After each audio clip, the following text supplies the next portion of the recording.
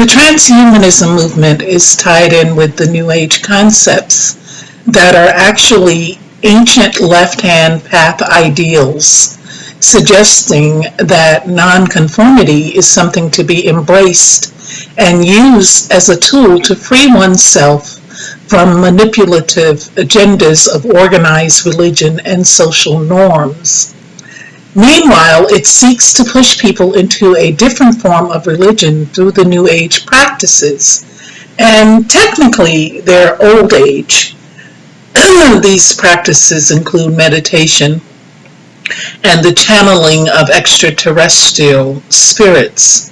Now, one such example is Apple CEO Steve Jobs, who went through the path of the initiate in order to enter the ways of the occult.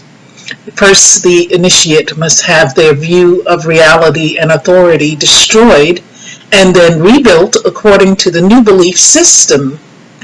And there was a book written by Mukherjee and Khanna called The Tantric Way. And in that book, it's described that the fundamental principle or of the left-hand path is that spiritual progress is cannot be achieved by falsely shunning our desires and our passions, but by subliminating those very aspects which make one fall as a means of liberation. And here you can see Steve Jobs, he says, the main thing I learned is intuition, that the people in India are not just pure rational thinkers, that the great spiritual ones also have intuition. And this is precisely what the Church of Satan prescribes its followers to practice, the 7 deadly sins that Christians so often deny themselves. The overall aim is to have the follower become aware of the possibilities of the left-hand path, which seeks to have the universe conform to their will. Basically, they become a magician of reality. Steve Jobs and the Apple iPhone connected everyone digitally and changed the course of humanity, which is a veiled language for the new world order of technology being used in the evolution of consciousness. Connecting everyone is a component in the agenda because they believe in the idea of a worldly connected consciousness. Using digital technology is important because it's part of the transhumanism agenda to supplement God's creation of mankind with man's creation of technology, effectively making man equal to God. Now, when people believe that they are now gods, you can assume we're looking at occult ideas, since that is one of the beliefs in the occult mystery schools, such as Theosophy, with the concept of the ascended masters. The seeds for Steve Jobs' inspiration was planted in 1973 when he and Daniel Kotke met and talked about Be Here Now, which was subtitled The Autobiography of a Yogi, and other Hindu books. They were part of the spiritual enlightenment movement of the 60s, 70s, and it was a time period that gave us the push on the age of Aquarius. Jobs read Cosmic Consciousness, in which it spoke of the great leaders in the evolution of consciousness of humanity. And it seems he believed he could facilitate this as well in order in an effort to guide humanity further down the path of technology, transhumanism, and one world consciousness. The two then traveled to India and hooked up with a guru that claimed to be the manifested immortal spirit of an ancient avatar. And pretty much like what we see in X-Men or Apocalypse with the main villain's character. Now, Jobs was initiated and given his spiritual name, and may have even been influenced through his extraterrestrial entity to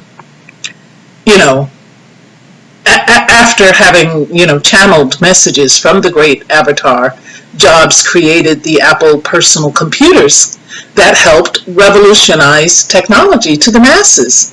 And these led the way to the iPhone that just transformed everything, much like we'd expect from a practitioner of the alchemical process of transmutation and enlightenment in the evolution of consciousness. And I want to just say something. Isn't that interesting? iPhone 666. I just want to say something. Have you noticed that there's almost there's like this zombie-like lore when it comes to new technology? Like every time the new iPhone is coming out, do you notice that there are certain stores where there are people who actually sleep outside overnight in order to be the first to get one of these new gadgets? And this is what they do. This is how important it is for them to get that new thing. And so every time there's a new model, it's the same crap, but they just put a new model number on it and maybe added one of two things that they could have added the last time, by the way. And then you have, people who are just, it's like, give me iPhone, give me iPhone, give me iPhone. So, Steve Jobs, he meditated his entire life. Oftentimes he did this in California's Tasajara Zen Mountain Center. And this is where he claimed to be connected with the higher divine forces that gave him guidance through channeling, making him one of the many great occult leaders in the history of mankind. And it's similar, this philosophy is similar to what he read in Cosmic Consciousness.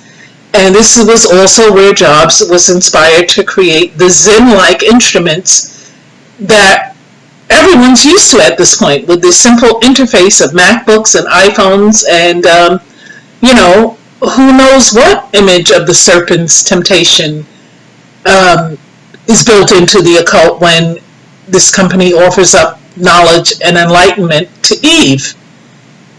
Basically, Apple is just that. And on my video on Facebook and other social media, I go into the history of Apple and how it is indeed a reference to creation. The serpent was the original entity responsible for the evolution of consciousness. So he gets his dues within this familiar Apple logo. That he gets his props. The symbol of lust and knowledge. This is what former Apple executive John Louis Gasset stated. Television programming, you already know, and the science fiction tales influenced and shaped the actual path of mankind as we followed the carrots that have been presented to us over the years. Many of the communication systems and space traveling ideas were presented years before they were a reality from various authors, including Arthur C. Clarke. And this is one of the reasons why predictive programming concepts are so often talked about in the conspiracy realm. Arthur C. Clarke was the author who wrote the book that Stanley Kubrick would film as the 2001 Space Oddity. And I just want to say, I'm pretty familiar with Kubrick's work. This is someone who comes from a very dark place. He also was responsible for Eyes Wide Shut, which is, that's that over-the-top Illuminati movie, takes you into their rituals, and also for Clockwork Orange. So, but getting back to Space Odyssey, in this tale we learn about mankind's venture into the cosmos and eventual alchemical transformation and enlightenment as they make contact with the black cube of Saturn.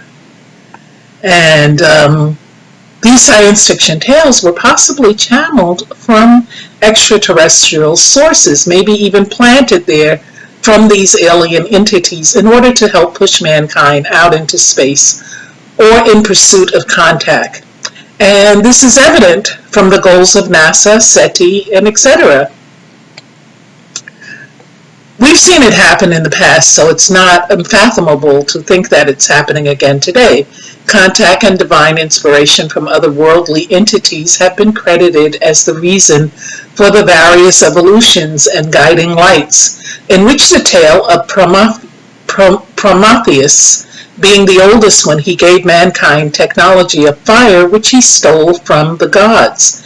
Now, this is all based on, Greek philosophy, and it is said to be the reason why occultists admire Prometheus and Lucifer so much, because they believe he is the misunderstood fallen angel trying to help us all. Now, this is the lie of the devil. He will always come to you dressed as a lamb, but he will be a wolf in sheep's clothing. And surely it's part of the reason why, a lot of these production companies and so forth use these names to conjure up these powerful spirits in which they believe. And we even find that ancient astronaut theorists believed that Hindu gods and goddesses or extraterrestrials intervened in helping with the technological breakthroughs and the mathematical formulas, such as in the case of mathematician Srinivasa Ramanujan. He was a man who also practiced meditation and Hinduism, just as Steve Jobs. And there's a lot more that I could go in. I could go into the Turing tests, but I'm not going to at this moment, because I want to even go even deeper than that to where the fundamentals of all of this is coming from. When it comes to unlocking man's hidden powers, you have to, consider that,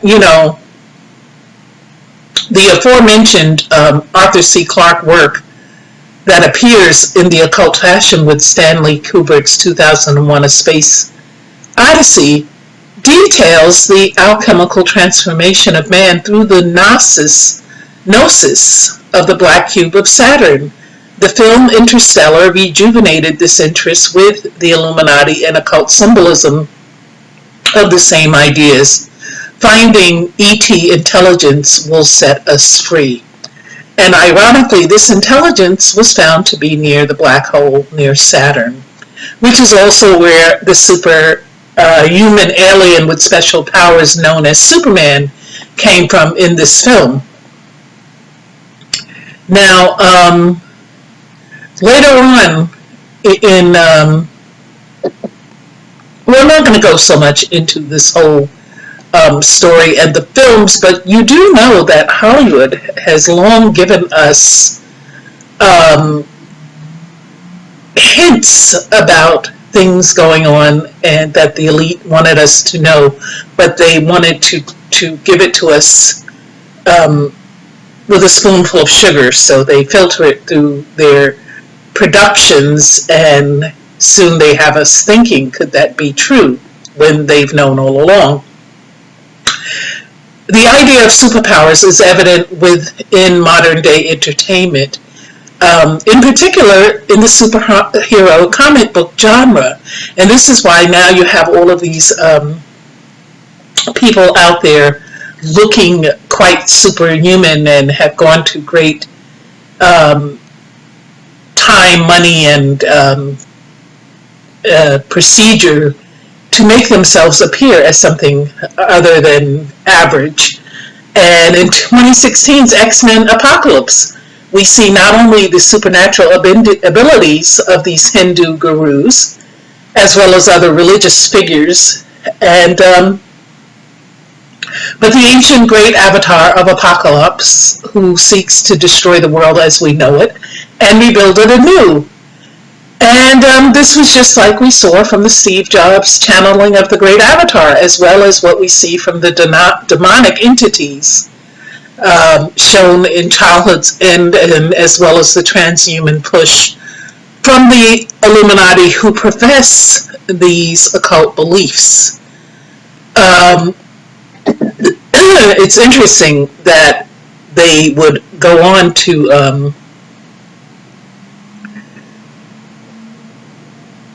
give us this type of insight as to what they're thinking and what they're doing. And it's all part of pushing that agenda. It's all part of bringing you with them. So I'm gonna stop it here for now. But I wanted to just give you a little idea of what you're playing with every time you touch those keys on your iPad. Father, help us to become more aware of what it is that we're spending our money on and what it is that we're in effect supporting, because much of what we are supporting, we're not even aware that we're supporting, and we spend our money on it because we wish to be part of the in crowd. Help us to know that gadgets are not what will save us in the end. Having the latest technology is not going to get us out of the way of the things to come. We must be connected to you, help those who are lost be found, and help those who are seeking knowledge to be enlightened. And Lord, I thank you. I thank you for my ministry. I thank you for the followers, and I thank you for those who just come by and check in from time to time. I thank you for them all, and I especially thank you for the haters. In Jesus' mighty, mighty name, amen.